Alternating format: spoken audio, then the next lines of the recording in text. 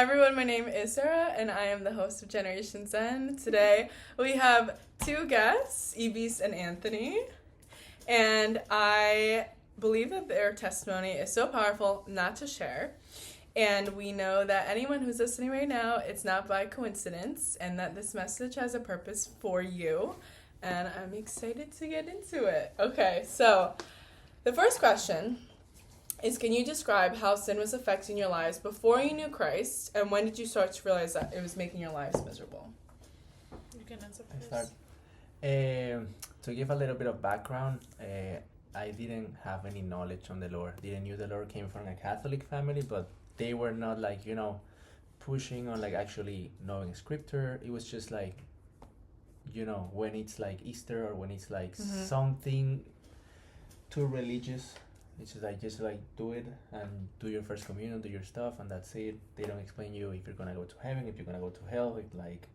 So at the end, it's just like navigating anything, and that's the way that I grew up all my life. So you don't have knowledge of sin, so you just do everything thinking that doesn't have any consequence. But you know what? The gospel teaches that at the end you have consequences. So before knowing Christ, like I didn't knew what sin was. So in that case, you're doing something, but you don't know that actually it's affecting you. So it's like having a bag and you're putting stones, but you're not feeling any weight on that bag until you reach a point that it's like, okay, I cannot like hold this anymore. Then that's when you truly understand the gospel. So that's in my case. So For me, I did grow up in a Christian church, so since Christian family. So when I was little, like they explained me, like I used to go to camp and have like sing all of these songs about Jesus and God, but I didn't really have that relationship with him. Like I didn't think I understood.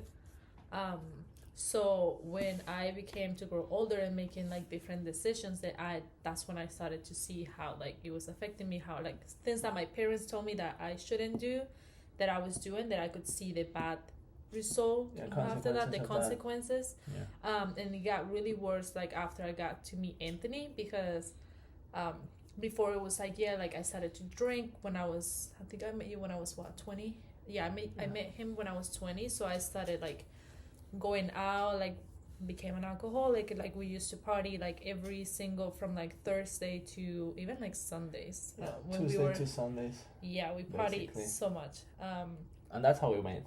We met in a club, so never thought that he would ever say a prayer or something. So then when we got back to, when we like started living together, that's when I really started to see like what my parents told me, or like what the church, what I used to read back in the Bible whenever like when I read the Bible when I was very little, how I would say things that not to do certain things. Then I started to see like the consequences when I started making like bigger decisions and like bigger sins. I don't know, like I start to notice it more because in my case, let's say for the worldly way that the people live nowadays, if you find somebody and you live with somebody and you're like faithful and don't cheat on that person, you're good, because you're living like a worldly life that it's good. You're living with somebody, you're doing everything great, you have a place, you have balance in your life.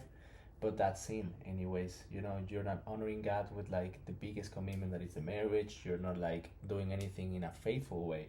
So in my case, that I didn't have any knowledge on sin, any knowledge on how it can affect that, I was like, I'm good, we're living together, we have a nice place, we have work, we are doing everything great. I feel like the way was like bigger on me, because I did grow up knowing this. For like Anthony, this was all news to him. He never read like the Bible before, so it's not like he was thinking, oh, I'm doing the wrong thing. No, like no one ever told him that, oh, you shouldn't be doing this. He never went to church or like any of that, so nothing. And for my case, I did know, like I knew all of those things, like I knew what I was doing was wrong. And don't get me wrong, I was like, okay, I know there is a God, and I know there is I don't want to sound like New Age people sound nowadays, there is a higher power or something like that, but it was like I knew for sure that it was a God. I mean, I kind of like understand that it must be something like higher above all of us, but I didn't like have any knowledge that it was like Jesus, that how actually the Bible described every characteristic of God, and his love and his compassion and his his abundant in patience, no matter how messed up we can do this stuff.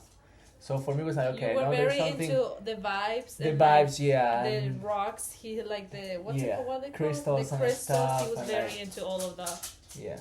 So Okay, so the next question would be when you guys were living together.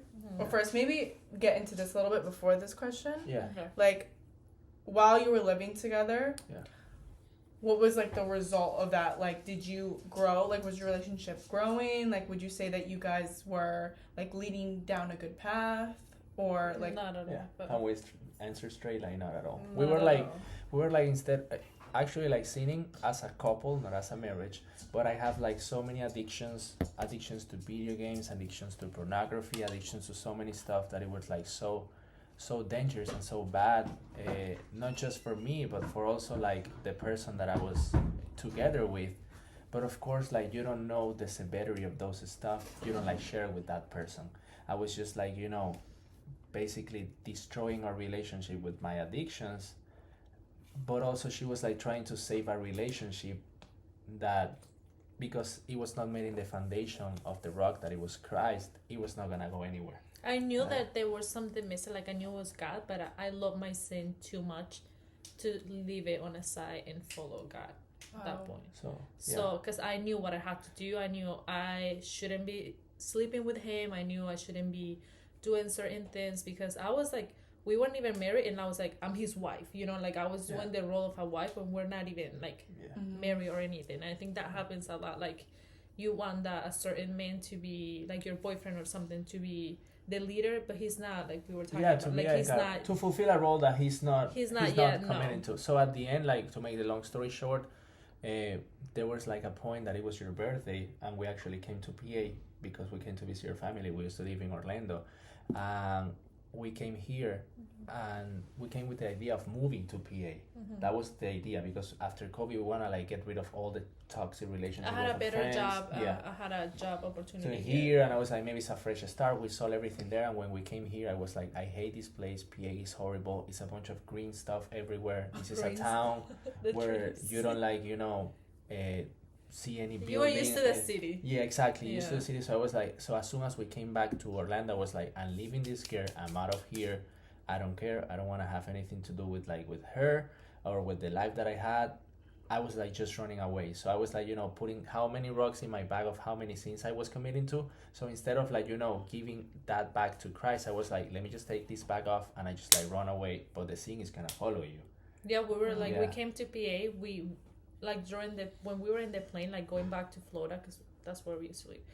Florida, we didn't speak or anything. We didn't talk at all. Yeah, we knew Nothing. for sure it was. I'm like, do you over. want to talk to me? Because I like as soon as we got to PA, he texts me because we were with someone in the car.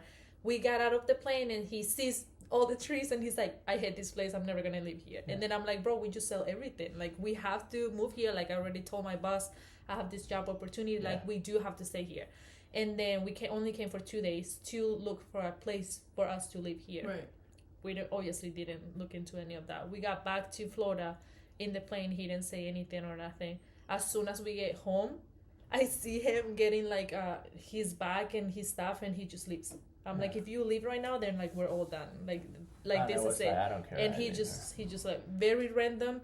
I think he got to the point where like he was like a lot of things were happening, and I had no idea that he was miserable. Like, I had no idea. I knew that I was miserable. Like, I knew there was something missing, which was God in our life. Like, but like I said, like, I love my sin too much to be like, because I knew that picture would be me leaving Anthony or us not living together. And this was the love of my life. I need to live with him, and how is it gonna be like with It was us? inconvenient for you. Yeah. Yes, like I still want to have sex with him, but like if I follow God, then I'll have to leave it on the side. And I knew like Anthony's not gonna commit to that, like how do you tell a guy that we've been living together, we have sex, but now like we have to not live together? And like that to me was like there's no way he was gonna do that, so I was gonna lose him.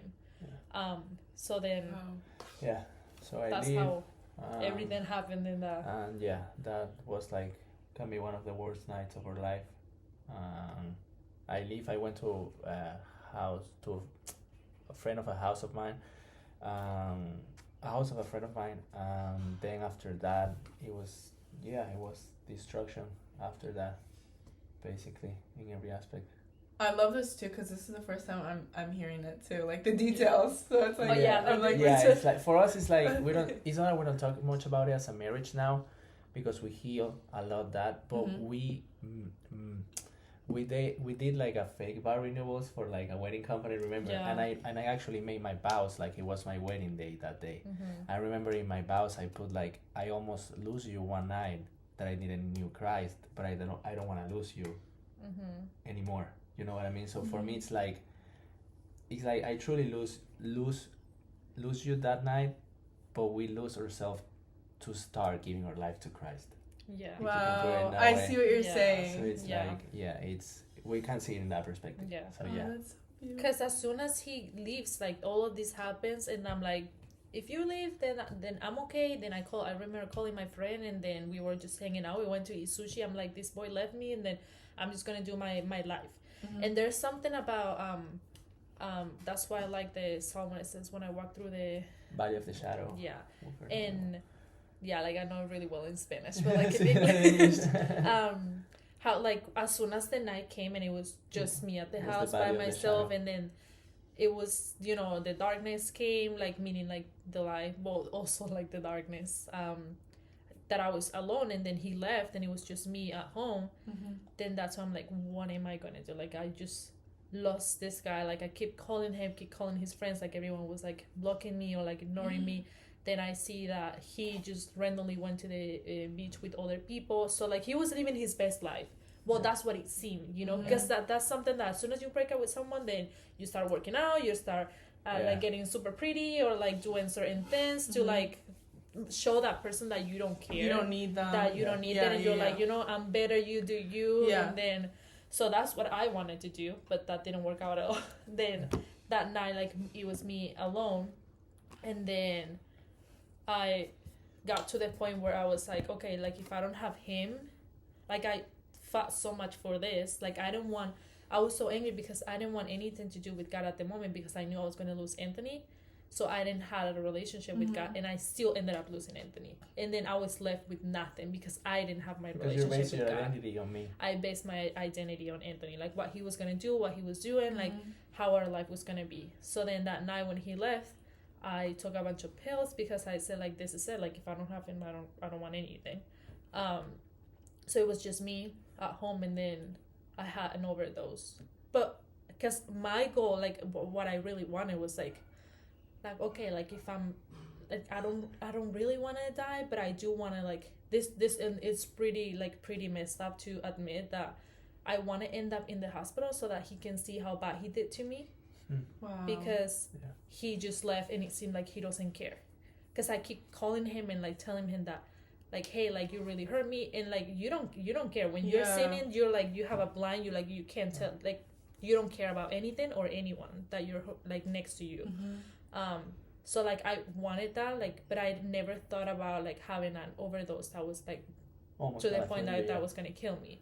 So then I did that, and then I woke up like 2 hours later because I fell asleep, like I was like unconscious. Mhm. I woke up 2 hours later, I think it was 2 hours, and then feeling like my body, like everything was shaking. I can't even describe everything that my body was going through at the moment because of everything that was going on. And like nothing happened, and I was so angry because I'm like, I just did all of this, no one saw, like I kind of like I wanted to call his attention, and like nothing happened because he wasn't there. It's not like it didn't happen the way I wanted, and Yeah. that's really messed up to say.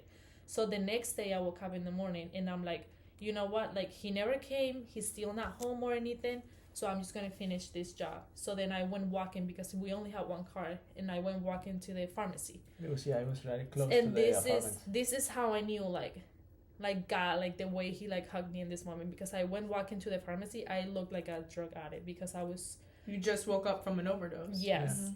So I went walking because I'm like, I'm gonna get something stronger, like a stronger, like I'm legit gonna get something, a pill that it's really like gonna kill me or something.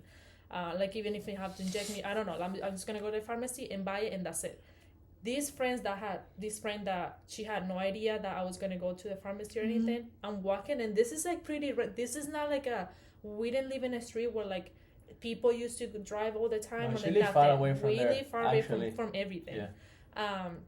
As I'm walking through the pharmacy, and about like this, I was like, I was going there to finish something that I started, which was gonna buy something to finish with my life.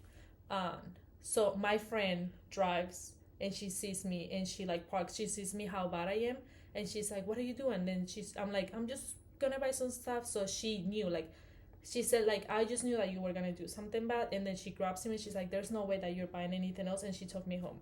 Like, I'm like, "How do you know that I was I here?" just got chills. She's like, "I had no idea that you were here. I had no idea what you were gonna do." She just saw me walking down the street and like going to a pharmacy. She had no idea what I was about to buy. And she's not even like a follower of Christ or anything. No, but she's not. not. In that moment, you can see how Christ can use anybody. He uses Anyone. anyone. To actually rescue his child that he called by his name in the mother of his womb. So, it's like I literally just got chills. Yeah, so it's like, it's crazy. Yeah. It's crazy how, yeah. So that answers my question of like how you both coped with it. Like Not what? good. But okay, but now I want to shift it a little bit, and I want to ask for the audience, for someone who may not believe in God or isn't sure about their faith or about having a faith at all, or what faith may even be. Can you share a specific moment? Oh, you know what? That was literally the moment. Yeah. That was literally the moment when you felt. But maybe if Anthony, you want to share one where you felt God's presence, like in that moment, like would you say that like it was something like kind of supernatural? You have something supernatural from that night. That I remember that you told to us, and you told to Christian, because you didn't have too much knowledge on the way that God speaks to his people, like through scripture. Well, again, this is so messed up, because that to me was still not my bottom. Your bottom line, because like when you are your lowest, that's when you meet God. Like a lot of people needs to be at their lowest to in order to meet God. That for me wasn't my like lowest. Like I still, like after that happened and my friend came and took me home, she like I thought, like I didn't think of God gave me a second opportunity. None of that came to my mind. I was still like, like he wanted to do his own thing and I'm okay. And then I still, when everyone left, I started to cut myself. Because and it was like, Ibis, you can't, still doing things, because the pain that I had from Anthony leaving was insane, because your identity was based on me. So yes. If you lose that, that's why we're never gonna lose Christ. This is why your identity has to be based on Christ, because he's still the same yesterday, today, and tomorrow. So that, like, when a guy leaves or something, you're like, then who am I? Like, what am I gonna do with my life? And to me, it was like, so I was so desperate that I just wanted to leave this pain. So I know like a lot of people go through that, but I did that when I was like, hey, like I did it a few times. So then I'm like, well, this is like the only other option that I have. But then I was taking a shower. Yeah, this after that happened. After that happened. Yeah, this was the overdose was a night, and then the next morning, is when everything. My friend picked me up, and she left. And she left. Yeah, she took me home and she gave me food.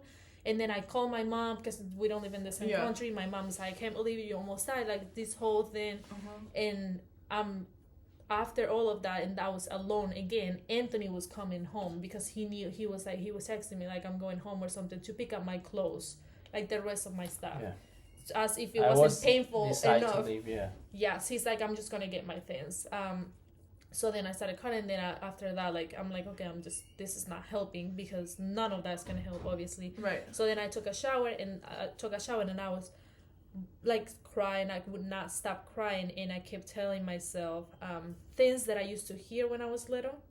This was the moment to me that it was, like God, like, giving me that huge... You went to scripture that you knew when you were a I went to scripture that I had no idea. So, like, things that when you were in your mother's mood... I will never leave you, I will never forsake you. Yes, all of that I keep, telling myself and reminding myself. And I knew that was, like, the whole... I remember that you say something that you say, like, out loud, showering, that it's, like, you were saying, like, in Spanish, right? Como que...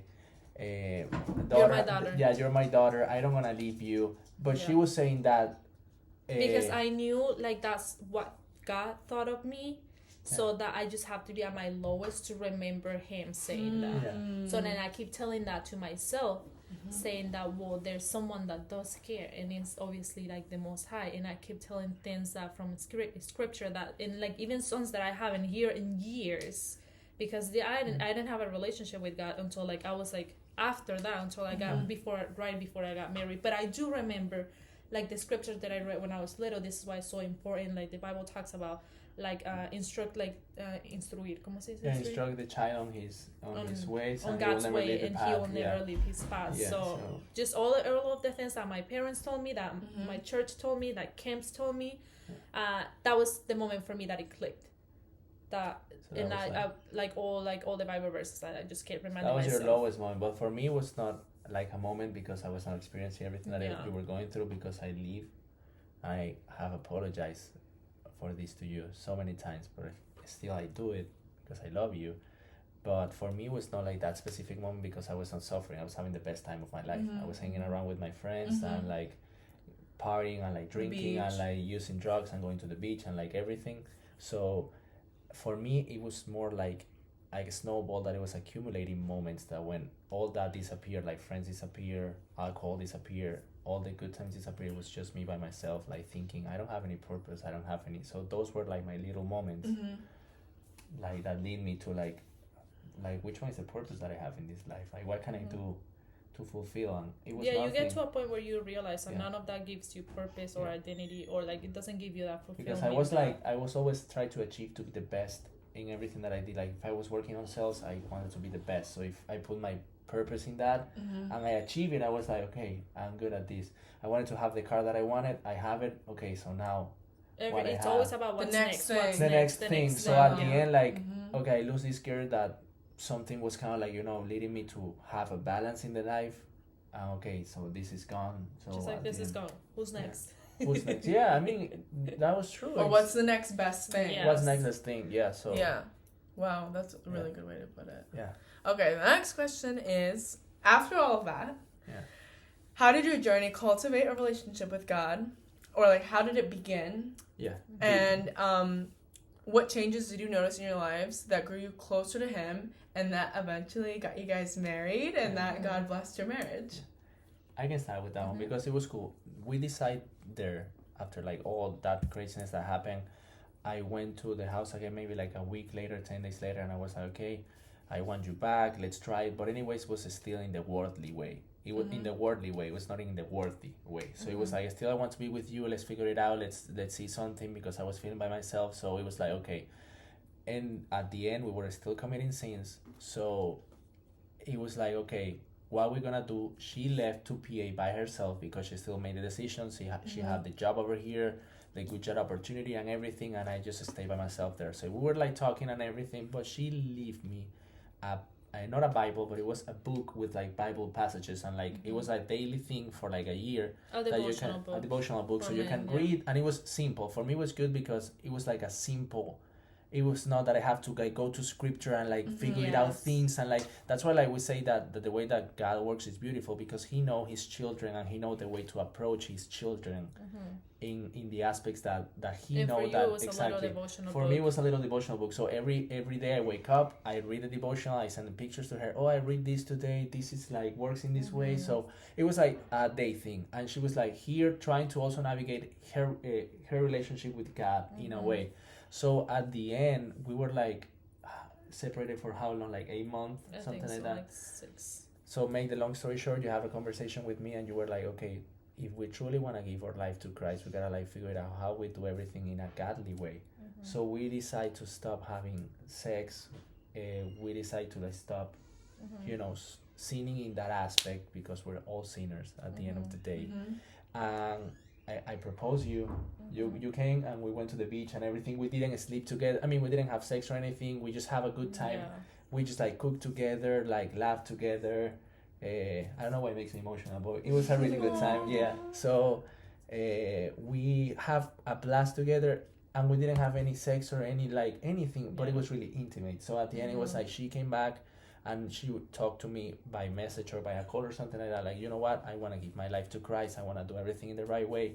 This is supposed to mean that we don't want to have like sex anymore, this and that. We're going to do it in the way that we're trying to do it. And in that moment, I was like, okay, I want to do it too. But she took the decision how I take the decision, right? So it was like how I do it. And I was like me navigating with God, like praying, like trying to read scripture. I remember that I start with the book of Daniel. I don't know how, because it's so difficult from the Old Testament. But anyways, I was like leaning myself, so I want to like do something for you, God, like show yourself to me, like how we do this. And at the end, I remember that I was like, I want to go to PA. And it's just like the place that I hate at the beginning, that I was like, this place is awful, like I don't want to live there, never in my life. It's what made you kind of God leave. was like calling me to like leave there, and I was like, we leave there. She took a flight to PA, to Orlando, and then we drove together. We eat pizza, we sleep in the road, like on the car, and then we got to PA. And I have an apartment that we rent over here, but I was just living there until we got married. And then we can move together. Dedication. So it was like, it's the place that you hated the most. He's like, I'm not gonna go. It's like Jonah with like Jonah with Nineveh. Like God was like, Jonah, you gotta go to Nineveh to preach. To preach what I want you to like tell to that people. And he was like, no, I am going the opposite way. And me was like Jonah going back to Orlando. And God like put me on the big fish, made me struggle for like those. Wow, that's times. such a good analogy. And then he came back to Nineveh to preach the convenience of God. So it was like that. You answer the whole thing. Yeah. Honestly, I think that's a good way to end it. You think that's a good way to end it? Yeah, because at the end it's like, that was such a good analogy. And we talked a little bit for people who may not like know where to start. I think this is a good question for anyone who like doesn't even know where to start. Where for yourselves, like what were the little things, like you said, like the devotionals. But what's like something that someone can start implementing into their lives that could maybe draw them closer to God? I think when you try everything, I'm not saying to try everything. No, I'm saying that you're gonna get to that point where you realize there's nothing that can fulfill me. There's nothing that can give me that like everlasting joy and peace, right? Like what else? Like stop seeking in the world, like stop seeking in other people. So just go straight to God, and you're gonna realize how like when you're open to Him, like He's the one that's gonna fulfill all of that. Like be open to it. And I guess like that happened to me. Like I tried it so many things, and like one thing that made me go back into like like one thing that led me to having a relationship with Him is one little phrase that my aunt told me. She's like, very cliche word, but she's like, if you keep doing things the same way, because she knew I was having sex with Anthony, we would keep seeing each other. She's like, if you keep doing things the same way, you're gonna have the same outcome. The same outcome.